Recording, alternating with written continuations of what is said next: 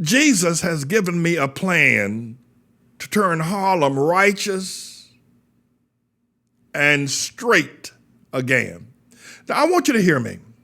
I especially invite people who doubt me or who may have some, aversions or distaste for me and for what you might know about me. But I just want you to listen. It'll cost you about 17 minutes of your time, and after that, you'll be free to go on about the rest of your life. But Jesus has given me a plan. His name is Jesus, to turn Harlem righteous and straight again. And why is that important? Is because gay and lesbian white men and women have come to Harlem, and in a spiritual and in a cultural and an economic and racial way, they have defeated the brown bomber, Joe Louis, who fought Max Snelling up in the Polo Grounds. They have defeated Jackie Robinson, who broke the color barrier out in Ebbets Field with the Brooklyn Dodgers. And Willie Mays, who also played in the Polo Ground.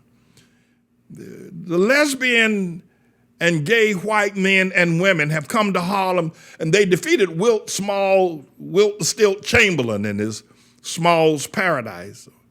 Adam Clayton Powell Jr., the flamboyant congressman and pastor of the State Abyssinian Baptist Church here in Harlem.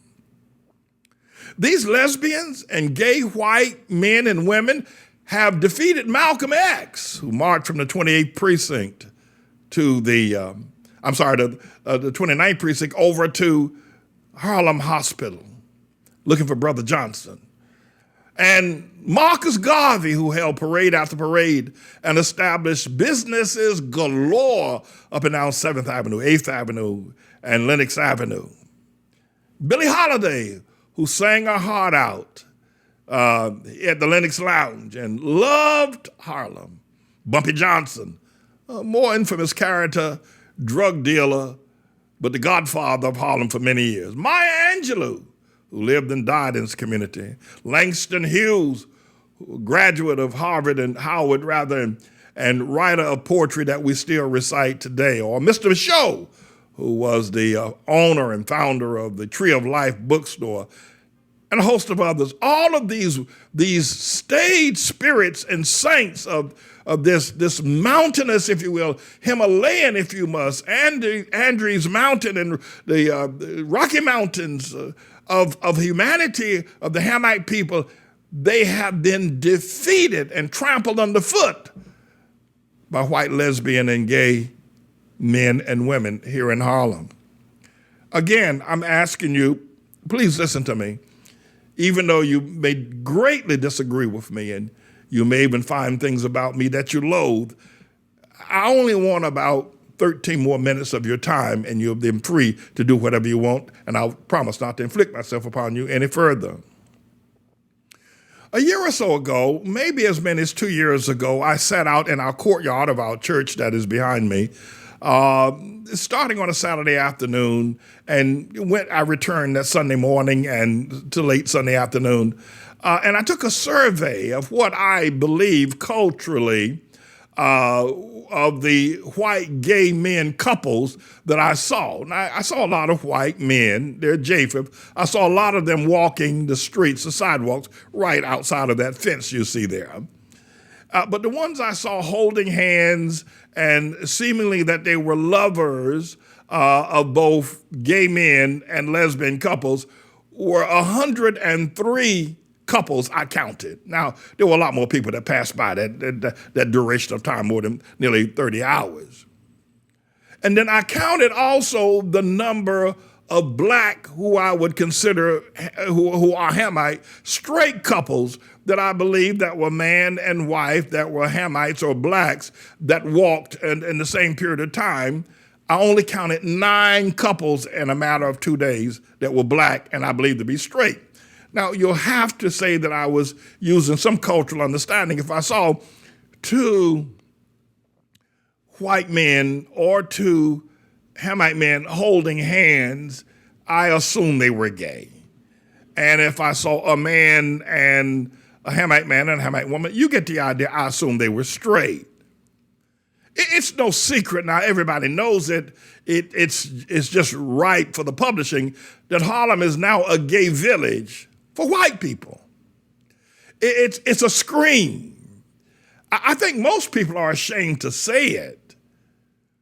I mean, the Chambers Brothers, when they performed Going Uptown to Harlem, and when James Brown came to Harlem and backed up people all the way up 7th Avenue to appear at the Apollo Theater, or when Stevie Wonder played Fingertips, little Stevie Wonder played Fingertips at the Apollo, or when Billie Holiday sang at the Lenox Lounge.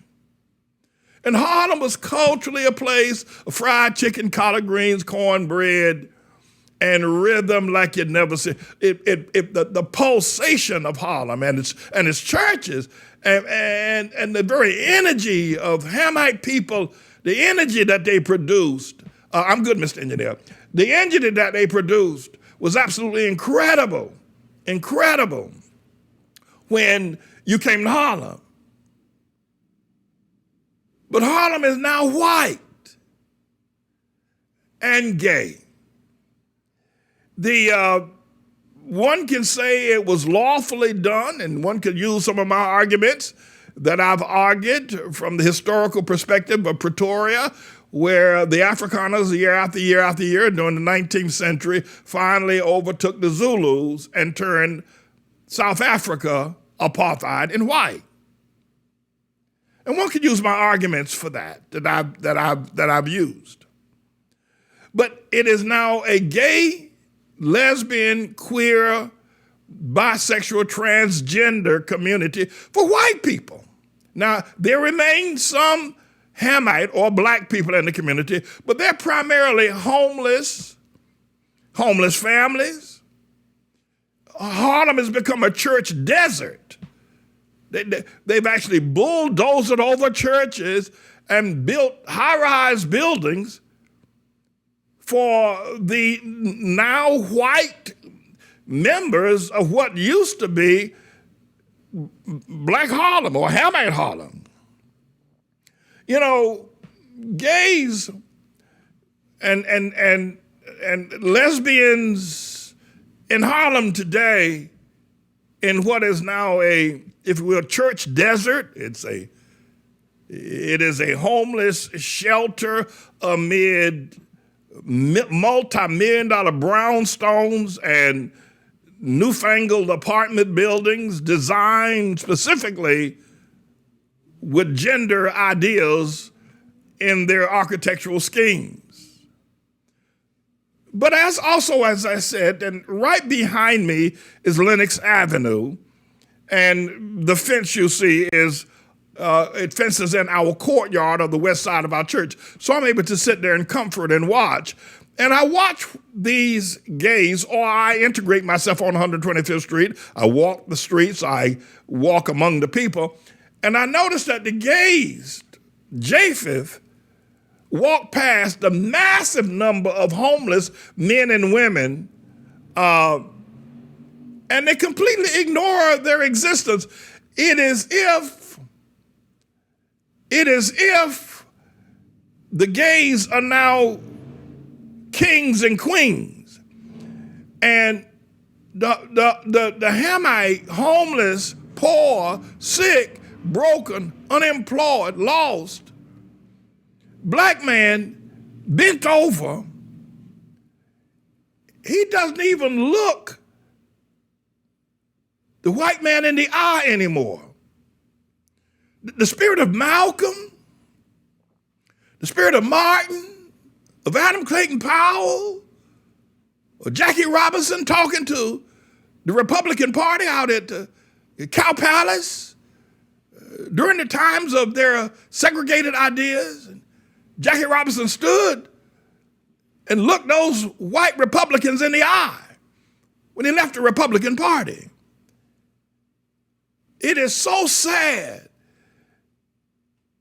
that the black man is so bent over now He's afraid to look the white gay man in the eye. And the white gay man acts like he is non-existent.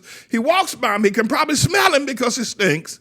He doesn't wear modern clothing. He probably doesn't bathe often. But the white gay man and lesbian walk by these poor, displaced, diaspored Hamite black people as if they are not even on the street with them. Years ago, these same people, 40, 50 years ago, would have been deathly afraid to come to Harlem because they would have feared for their lives, that the violence. Because in those times, I'm not approving violence. I'm not approving that, certainly not. But now there is such an air, the gays have their nose up in the air. They have such an air about them as these homeless people you see on the street are nothing more than bugs that are in their way as they make their way to their fancy sidewalk cafe restaurants where they sit down and dine on Caesar salad and large bottles of Chardonnay wine. And then from there, they make it back to their $3, $4, $5, and $6, $7 million brownstones or the condos, such as Don Lemon and his gay lover. No one could have written a book to say that Harlem would have been taken so easily without firing a shot. Joe Louis wouldn't know what to do. Jackie Robinson wouldn't know. Malcolm would not understand how these white LGBTQ people have run over the culture and the men and the spirituality of Harlem like a tractor trailer truck running over a skateboard. Don't even know you hit it. It's a scream. Gentrification was and is what they say took place. But a partial explanation. Now, let me go back. I said I want 7 more of your minutes of your time, and I promise not to inflict myself upon you any further. And I ask you to please listen to me and to try to understand how we can, for God, his name is Jesus, has given me a plan to turn Harlem righteous and straight again. Gentrification is a scientific and cultural, if you will, spiritual and economic term for what's taking place. Now, I've described it in the real terms, and the two races, the gays, the Hamites, the whites, the Japheth. I've described it in living terms. I live here in Harlem. I live in this building. I live on Lenox Avenue. I wake up in this community. But they call it gentrification, which is a fancy way of saying it was legal. But gentrification was only possible because of the same mentality that allowed the Muslims in Timbuktu to have Timbuktu and Mali in particular in Africa to be the central trading post, the central clearing post for all slaves from sub-Saharan Africa, from South Africa, from every other place in Africa, to then be marched from the clearinghouse in Timbuktu all the way up to Ghana with chains on their neck. They're being marched. Black Africans were being marched by other Africans who had captured them and then sold them to the white, if you will, slave trader there in Ghana at the point of no return. Timbuktu is a scourge. It's the place where that awful black on black indifference, warfare, capturing and enslaving each other happened, which gave the white man the power to both colonize many of the states of Africa and also to then ship hundreds of thousands, if not millions, of captured Africans, men, women, and children from Ghana into South Carolina. Far south is Jamaica, even Brazil, as far north as Jamestown, and up in Concord, Mass. It was a scream, the inhumanity of black Muslims that were Africans towards other black Muslims that were Africans, and to just Africans in general. It is a scream that they had such indifference of enslaving their brothers, making slavery in America possible. But were it not for the Timbuktu trading post, slavery in America would have never happened, and who knows what America would be today. But it's the exact same thing that the community boards, it's the exact same thing that the so-called leading Negroes, it's the exact same thing that people like Al Sharpton, it's the exact same thing that people like David Dinkins, it's the exact same thing that they did to sell the Harlem all of its property, all of its wealth, all of its base, all of its culture. They sold it to the so-called gentrifiers. They sold their brethren. The same motif used in Timbuktu going back 500 years ago. It's the same clown with the same clown outfit. They call it gentrification, but it's a new form of slavery that is taking siege, and it is the black man against the black man that has made it possible for the so-called lesbians and gays to come up here and run over black people and their churches and their culture as if it was a bug under their feet, or of a tractor trailer running over a skateboard, or even better yet, maybe even a bicycle, but that's the extent of it.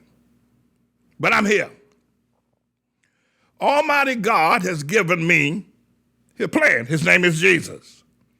And before I reveal that plan, and I'm going to let you go, I need 2 more minutes of your time as we look at the fact that Al Sharpton took $800,000 from Jewish bankers, and he promised he would never lead a protest against gentrification. Never. He promised the Jewish bankers and developers with $800,000, $100 bills in cash that he would never form any kind of a complaint against the gentrification of Harlem. David Dinkins took a job as an adjunct professor from Columbia University with a salary in order to convince the community boards, 11 and 10 and 9, 10, 11, to convert West Harlem into a germ center by Columbia University, where they've set up multi-million-dollar scientific buildings over there on the west side.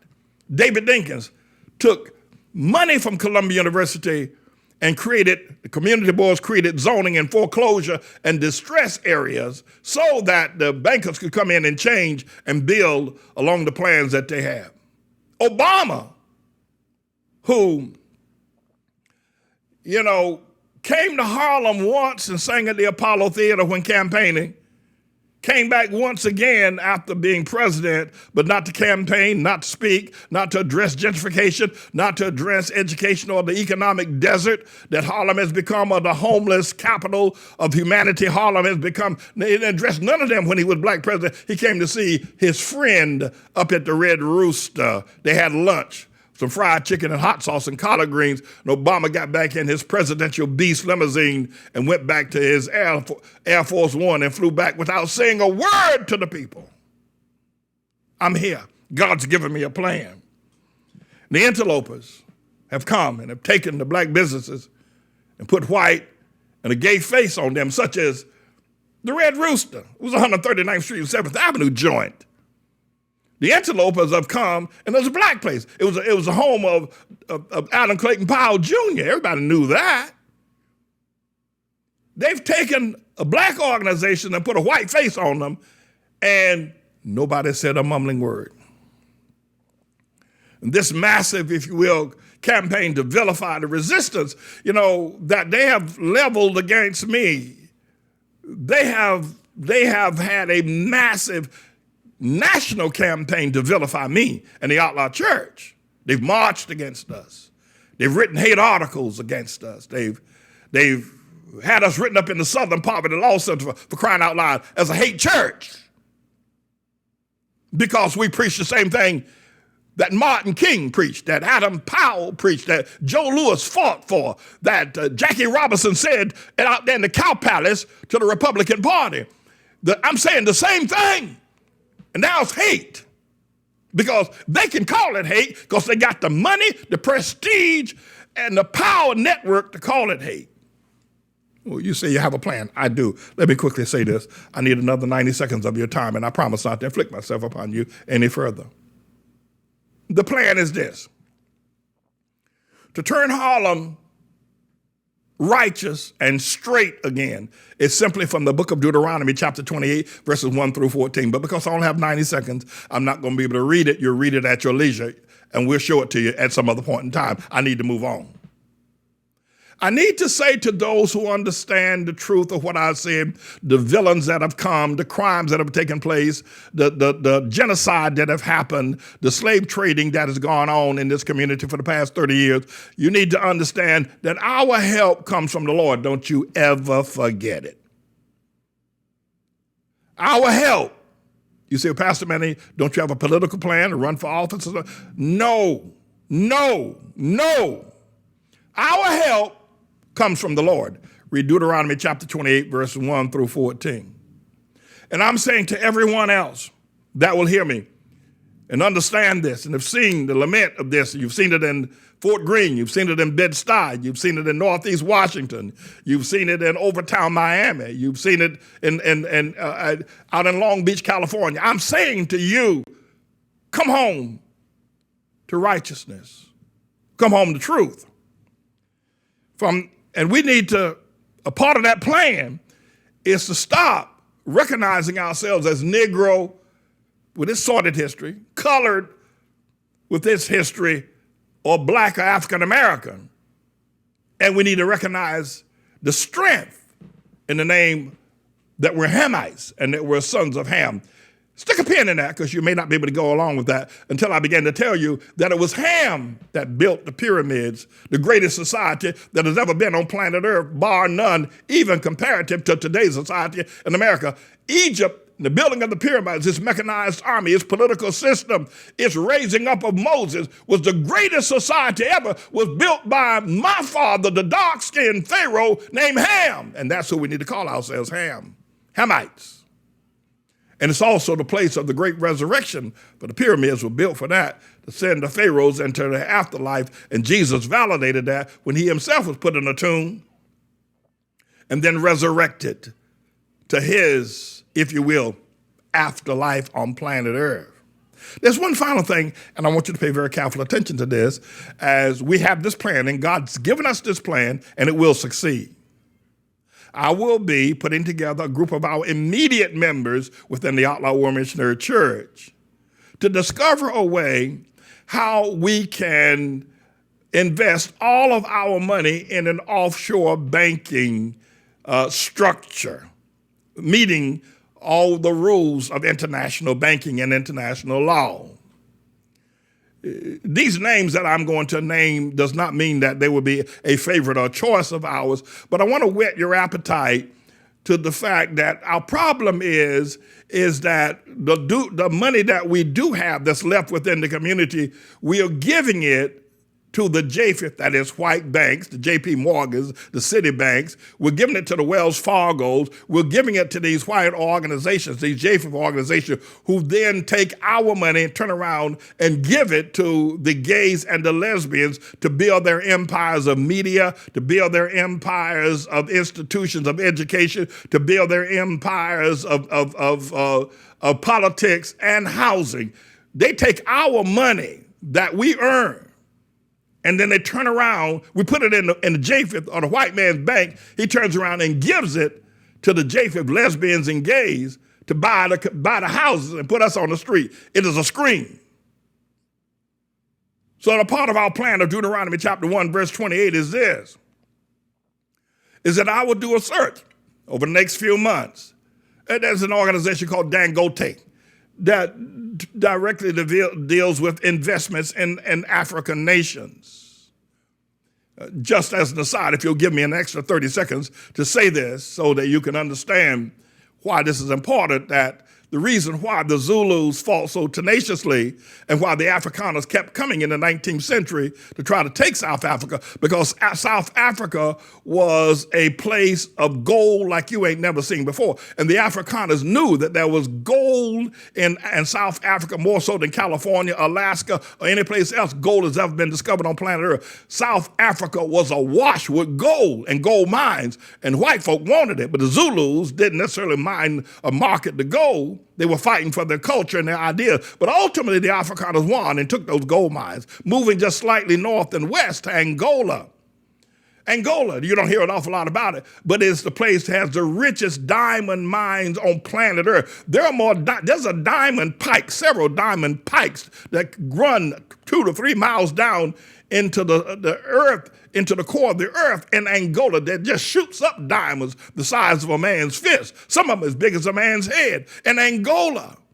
And so that's what the Afrikaners wanted Angola and South Africa to market the economy of those two nations. But I'm saying to you that we have a gold mine when we put all of our money together and make a choice. We're no longer going to do banking with our checking accounts, our investments, our mortgages, our loans, our automobile loans, or anything else. We're no longer going to do business with these banks or organizations that then take our money, oppress us, and then give it to our oppressor to build more institutions of jails and police cars to do more oppressing of us. It's over with. I will find an organization within the federal regulation, whether we have to go to the Chinese, and I will go to the Chinese embassy and look and see if somehow or another, if they were willing to take all of give us a simple bank card we can use to pay every bill, shop with, buy things with, and for loose money, we'll just use loose money. But we will no longer put the billions of dollars that come up out of the community of Hamite people into these banks that then turn around and oppress using their LGBTQ powers to oppress us. And then there's one other thing that really makes this very simple now. We can simply go Bitcoin. That's right. Yes. We can go Bitcoin and not violating into international laws. However, you know, a bank card from China with your investments in China, offshore, if you will, banking, the whole Hamite community making the decision, it's going to withdraw its money until these people that have taken our community and trampled on Billie Holiday and Joe Louis and Jackie Robinson and Mr. Michaud and Malcolm X and Marcus Garvey, that have trampled them underfoot and have caused this great desert and poverty and sickness, until they withdraw and we be reinstated, we will not do business with them and our money anymore, whether we're only getting $100 a month. That $100, along with the $10,000 that some of the rest of us are getting. I'm going to need your help to implement this. But it will work. It's from the Lord. Remember, our help comes from Almighty God, and we will be the lender and not the borrower. We will be above only and not we will turn Harlem back to righteous and straight again. I want you to stay tuned. There'll be more to come. But I'm James David Manning, everybody. I'm the Lord's servant. I release you to go back to whatever it was you were doing. But I don't know how you can do it with some kind of peace after hearing that truth. This is a bit of a news blog we do, looking at spiritual wickedness in high places for the most part, making some observations about it and giving people a biblical foundation to the way of interpreting, rather than have Sean Hannity or Laura Ingraham or Janine Pirro or Anderson Cooper or Rachel Maddow or Don Lemon, Rush Limbaugh interpret what's going on in the world. You come to me and I'll tell you based on what the Word of God says. They'll just give you their worldly, sinful view. But the Manning Report will tell you what God has said, whether to say yea or nay, whether to go or to stay. You'll be led by the word of Almighty God. Come to the Manning Report on a daily basis to interpret the spiritual wickedness in high places, because there's plenty of it that's going on. And so I'm the Lord's servant, James David Righteous Rebel Manning, and I'm here to serve you with news and information.